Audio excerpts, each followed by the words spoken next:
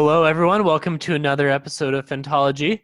This is Steven, and I have Jake and Josh on the line today. How's it going, guys?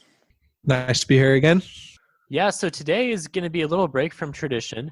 Rather than cover a book, we're going to be talking some fantasy news. So specifically, I know we're a little late because we're mid-February now, but we want to recap 2019 in fantasy news and then get into what we're looking forward to in 2020. So 2019 was a fairly big year. I put together a few notes here. And 2020 actually, in the list of things that we came up with, might promise to be an even bigger year.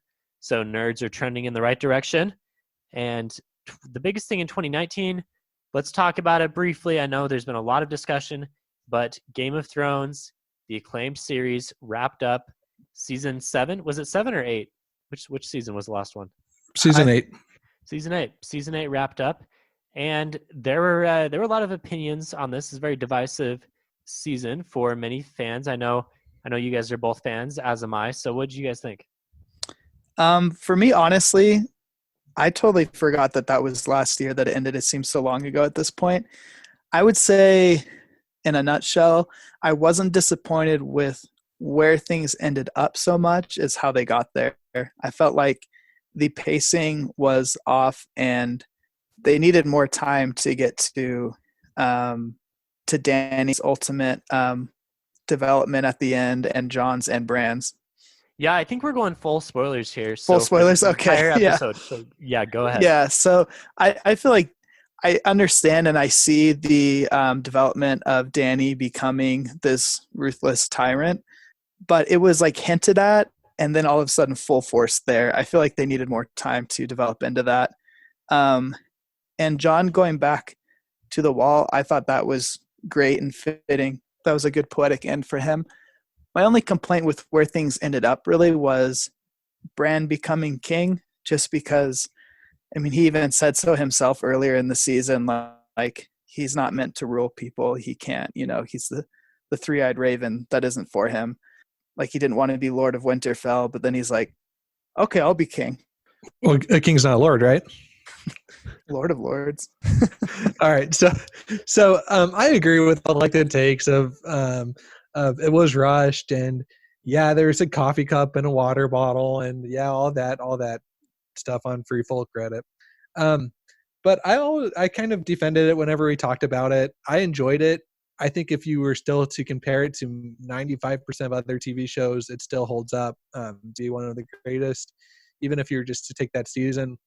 I had an interesting conversation actually just this week with a coworker.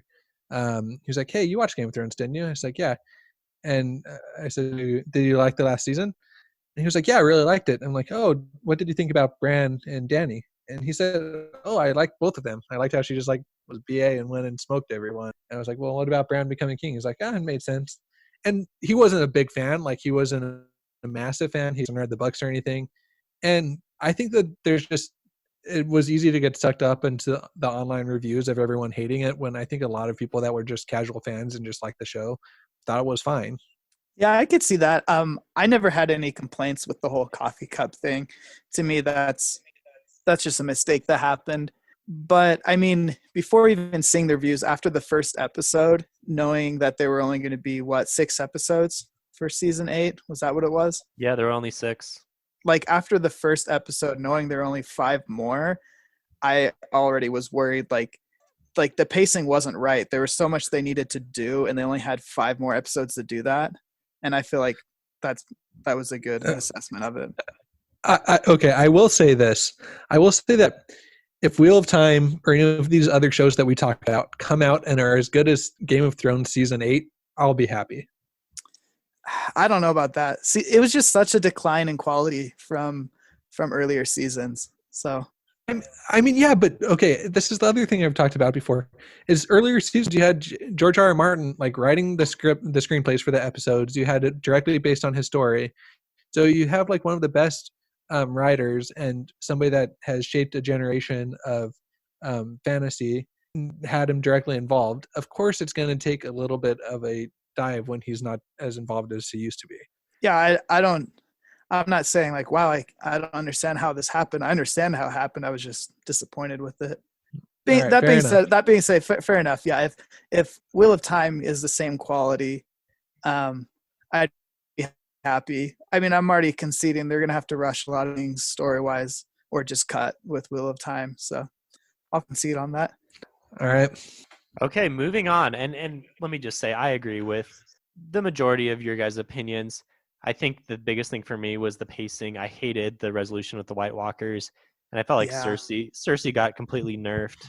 Come on, she's always been smart, and this season she just sits there sipping her wine the whole time and dies lame.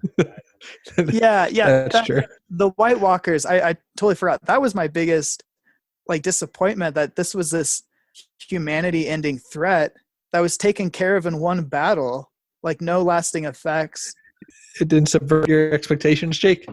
It did, but in a bad way. There's good and bad ways to do that. Yeah, I know. The actual action and production quality was awesome. Amazing. Yeah. The battles were incredible. But the story, like, oh man, it was Yeah. disappointing. Also, I feel like this is like an inconsistency, and you know what, this may be what George had in mind and what's going to happen in the books, but I felt like all of Jaime's growth was just thrown away at the end. Like, oh no, I have to go be with Cersei. Dude, it's understandable, man. He loved her for his entire life. It's kind of like almost like an abusive relationship. Like you can try and get away from it, but you know. When he left, he was so disgusted with her. Exactly. And the thing is, in the books, I think this is a little different than the show, but in the books, she's about to be executed, and she writes to Jaime saying, "Come back, I love you, I need you," and he leaves. Yeah. So how's that any different? How's it any different from the way he went back to her? And I might be conflating the two. That might be the problem. I'm thinking of book Jaime versus show Jaime, but All right. Fair enough. I mean, yeah, there are issues with the show, yeah. But I liked it. Like you said, it was still high quality. The sets, the fighting, the visuals, everything was top notch there. So Mackenzie, my wife, watched the last 2 seasons. No, she watched the last season and a half with me, and she wanted to go back and watch the rest of the show. So, I mean, I think that can tell you something. Like, it hooked her enough to want to go get the backstory on everything that happened. Yeah. That would be a weird experience, just seeing the end and then going back to the beginning. Yeah. My wife's experience was kind of the opposite. I was prepping for the last season, and she's like, "Oh, we should watch this from the beginning."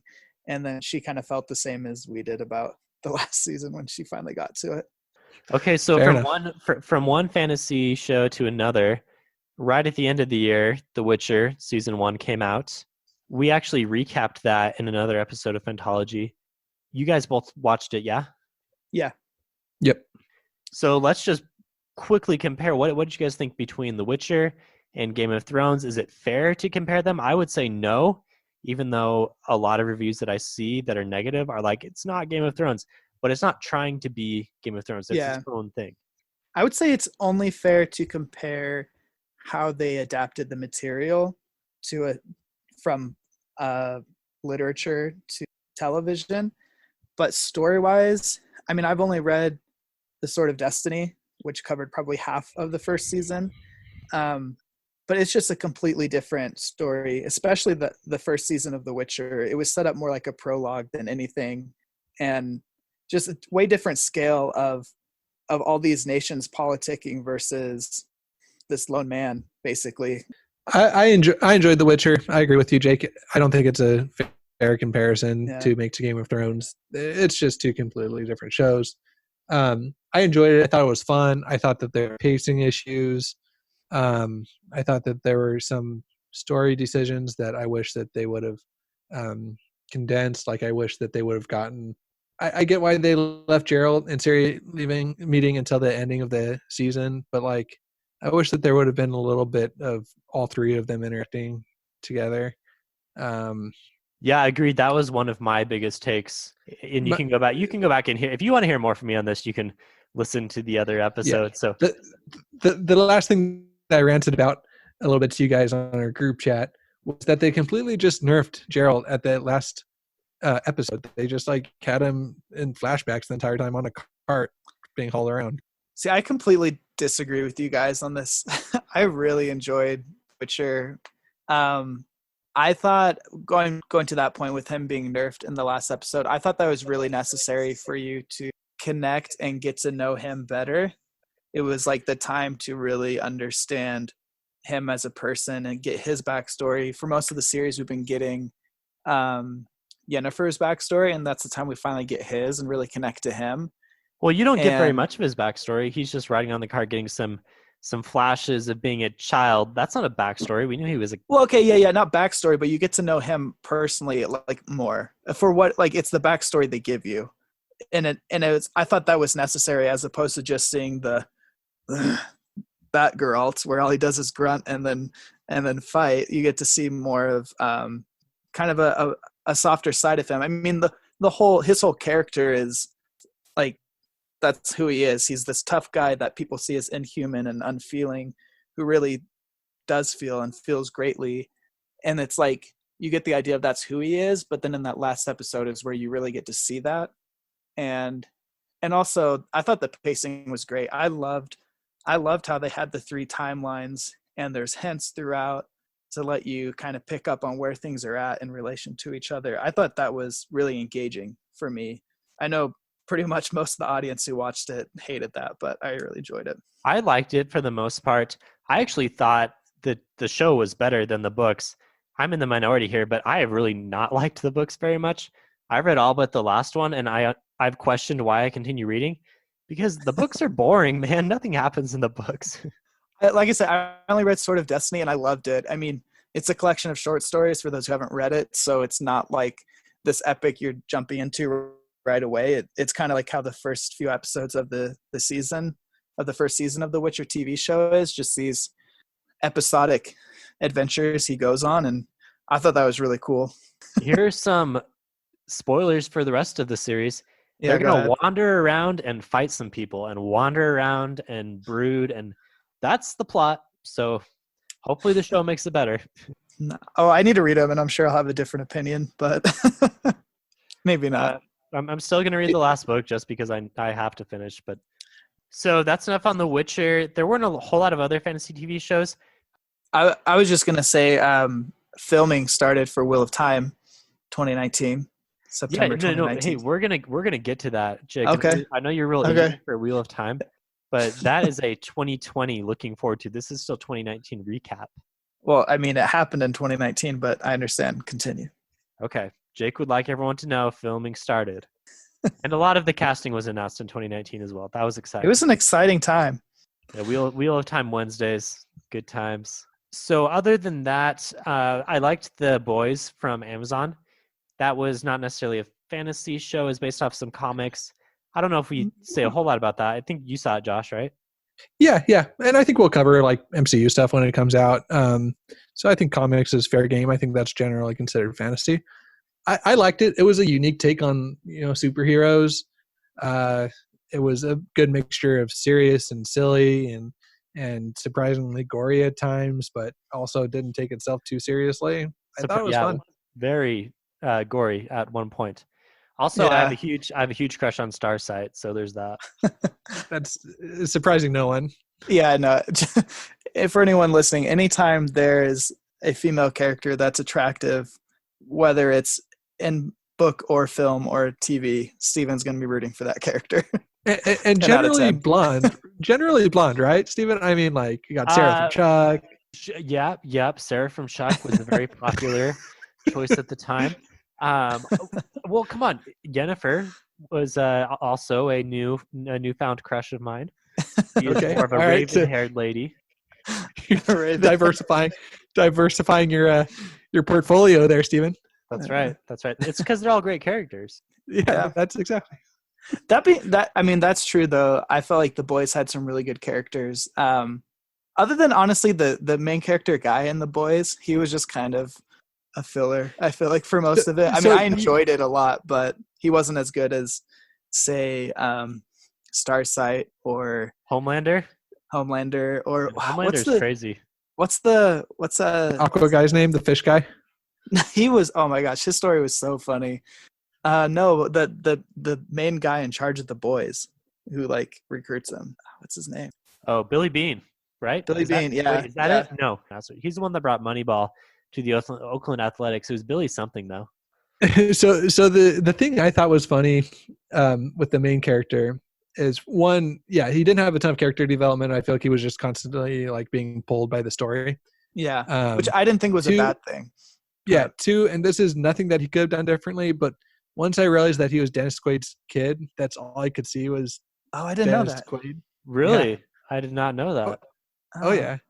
Okay, I can see it a little bit. Yeah. Oh yeah. Go back and yeah. I was on IMDb and I'm like, oh, I like this guy. And yep. Anyone know what this character's name is? I mean, the non-powered guy. What's his name? Carl Urban, Billy Butcher. That's the other guy. Huey. It was Huey. Is the kid. Huey. Yeah. Yeah. He doesn't look like Dennis Quaid at all to me. He looks. Yeah, like, he does. Jack Quaid. He does. Oh, and Meg Ryan. Meg Ryan is his mom. I didn't know that. Okay. Okay. He looks just like that. Okay. Yeah, this is like a Entertainment Weekly magazine or something right now. The more you know. The more you know. Man, talking about unexpected gore in that this wasn't really a gory part because it was off camera, but the fact that the Homelander baby hostage just gets blown up at the end. Oh. Like, do we think? I don't know. That baby's got to be powered, man. Calling to come back in season 2. You think so? Because that was like not addressed at all. How the baby, everyone else was saved, but the baby just. No, calling it. That's a so? season 2. It's gonna be like a Jack flying around situation. Okay. That could be some really funny scenes. Little baby flying around. Well, they already had the laser beam baby when they first discovered that they were creating the supers. When he picks up the laser beam baby and just people with it. Yeah. That was a dark moment. All right. So, what else? I first started watching that show. I had like downloaded it onto my phone off of Amazon, but I couldn't find time to watch it. I was just trying to figure out like when to watch. It was too busy. And then I went camping and I couldn't sleep one night camping because I love camping, but I have a terrible time sleeping. So I just started watching it and I was dying. I was like dying and wanted to show my wife, but it was like 3 a.m. in the middle of nowhere, and I'm just dying watching that show. Loved it. Anyways, another comic book movie along that same lines is thinking Umbrella Academy. No, the Umbrella Academy was good, but the one that we just watched on HBO.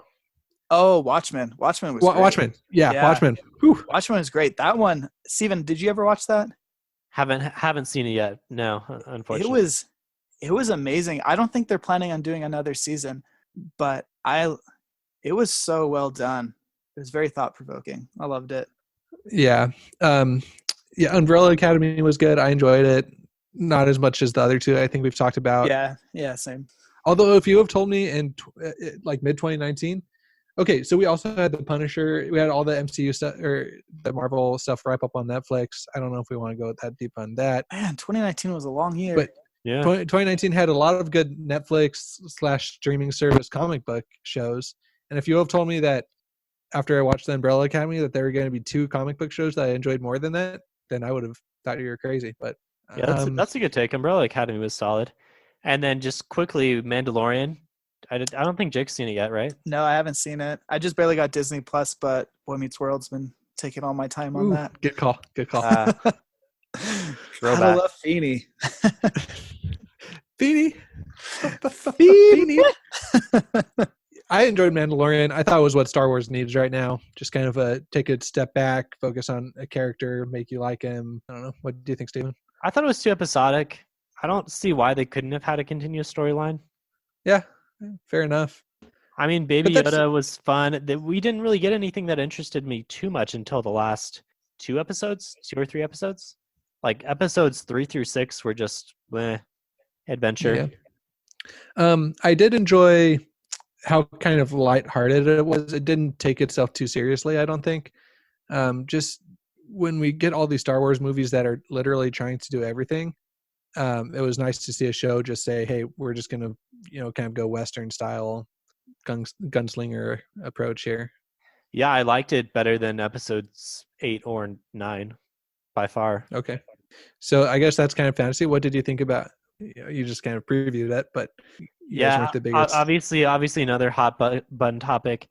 I didn't like Star Wars 9 at all, really. I actually fell asleep. I fell asleep during Star Wars 9. I thought, everyone's been saying it was too safe, which I think most people agree with. My biggest thing, I was so disappointed with episode 8 just because of how they kind of threw a wrench in any chance of having a continuous story, like something really planned out throughout. And so, I don't know, going into episode 9, I didn't really care to see what happened because I felt like everything had been ruined plot-wise anyways. So I thought it was like a fine movie, but there's never any moment where I was like, oh no, what's going to happen next? Like they almost got me with the Chewie, but then they show him alive in the very next scene. So yeah. Oh, yeah. Oh, don't even get me started on that. That ticked me off so much. There was just never a time. Yeah. If they would have left Chewie dead, then I might have been worried that Rey was going to actually like take Palpatine up on his offer. Like I might have been like my palms might have been a little bit sweaty. I might have been on the edge of my seat. As it was, I'm like, no way, that's not going to happen. Yeah. Also, the whole Palpatine ploy, like again, it could have been planned from the beginning, but it wasn't executed well enough to like lead up to it, to the point where for me it just felt like, man, they were disappointed with the reception of episode 8, so now they're going to try to bring fans in by throwing in the Emperor again, and all of a sudden he has 1,000 huge ships that are all mini Death Stars and all these clones. And okay, like it would, if that was the end game and they had like progressed towards it, I would have been fine with it. But it just felt like. Okay. Here's my take. I think I enjoyed it more than you guys did. I think that the entire movie was the best of the worst, or the worst of the best, like our segment that we do. Like the entire movie was like, oh my gosh, there's an amazing scene, but oh my gosh, there's an amazing scene, but like everything was like it was beautifully shot. Like that's what I mean. Like the set pieces were amazing, the action sequences were awesome, but there's always something detracting from it. Also, what the heck? Palpatine can destroy 90% of the Resistance fleets with his Force lightning out of his hands, but as soon as Rey gets one more lightsaber, then he can't. That wasn't it. Her. It wasn't the lightsaber. It was all the Force Jedi people like backing her up. Yeah. Come on. It was. Why were they backing her up? I mean, what's so special about her where she's backed up? She's not midichlorian conceived. Come on. Maybe she was. I don't know.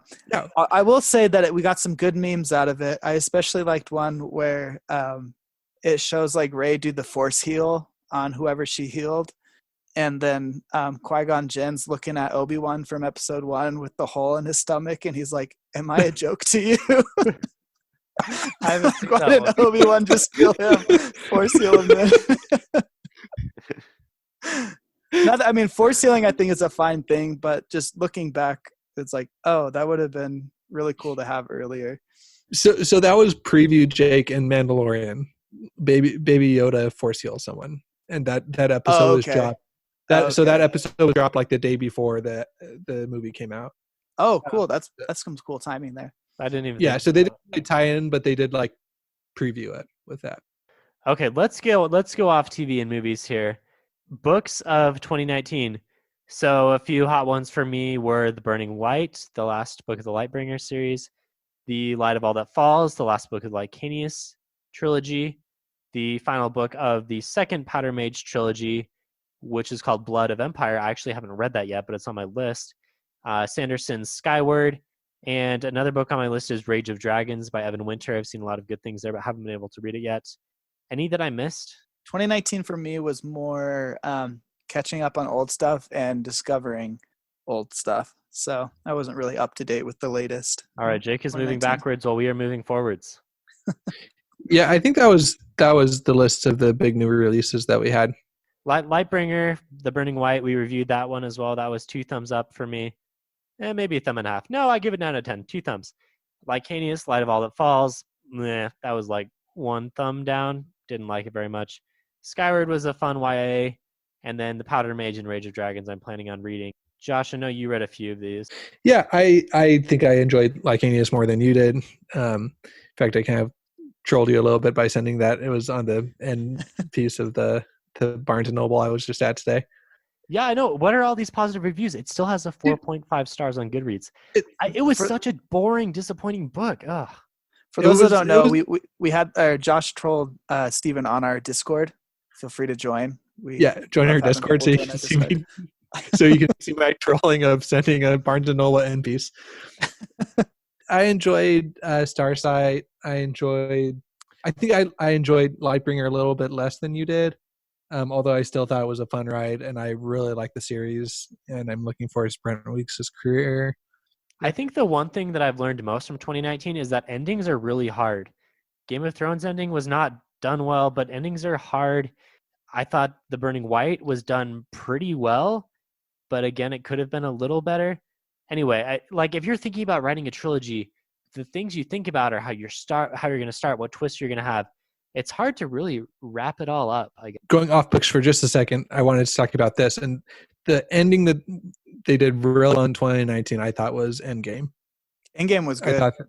I thought that they did a good job of tying up all these storylines, of making sacrifices, of having characters be developed and their arcs ending, and having a definite feeling of an end of an era with still not shutting themselves off from doing more movies. So yeah, that was done really well. I will say that Spider-Man is my favorite superhero, but at the end of Endgame, I was like, I feel like I'm good with Marvel now. I don't know if I really need to proceed. I'll probably watch them as they come out. I watched Far From Home when it came out after that, but I'm not super stoked for the next what do they call them? The next phase. The next phase. Phase 5. The master. Well, I mean, I'll have to see if they come out with start hinting at something like Galactus, like they did for Thanos or something. Or Phase 4. Phase 4, I think. That'd be cool. But I think they know what their brand is. They know what people like. I think it's going to go somewhere. I don't know where, but I think it'll be good. No, yeah, and I wasn't saying it's not going to go anywhere. I just feel like they did the ending so well that I felt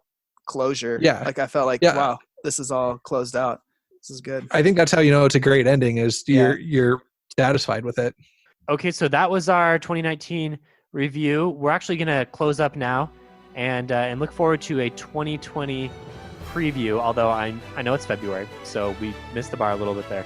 But we're still going to talk about what we're excited for in 2020. See you guys. See ya. Yep, peace.